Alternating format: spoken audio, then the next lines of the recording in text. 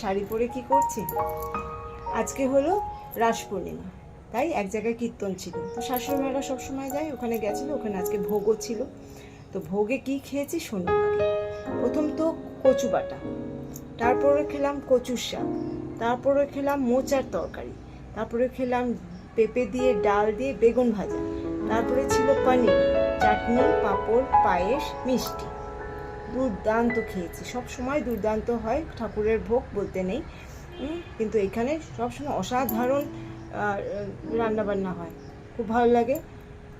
আমি তোমাদেরকে দেখাতে চাই সেই বাড়িটাই যেখানে আমরা কীর্তনে গেছিলাম। আমার বাড়ির কাছাকাছি, খুব কাছাকাছি, মানে 5 মিনিট ডিস্টেন্স, ওয়াকিং ডিস্টেন্স। তো দেখাতে চাই তার বাড়িটাও কেমন। তার বাড়িতে গেলে মনে হয় কি আমরা পুরো মন্দিরে ঢুকে পড়েছি, ঠাকুরের জায়গায়। দেখলে একটা ফিলিংস আসবেই আসবে। চলো, আমি ক্লিপিংস কিছু তুলে রেখেছি, সেইগুলো তোমাদের সাথে শেয়ার করি।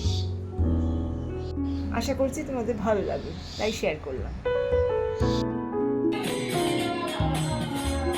মায়াপুর থেকে কিছু লোক এসেছিল কীর্তনের এখানে, তো প্রচুর আনন্দ করছিল। দেখে দেখে মনে হচ্ছিল আমিও ওদের সাথে তাল মেলাই। ওদের লজ্জায় আমি আর তাল মেলাতে পারলাম না। যাই হোক, ওদের আনন্দেই আনন্দ করছিলাম।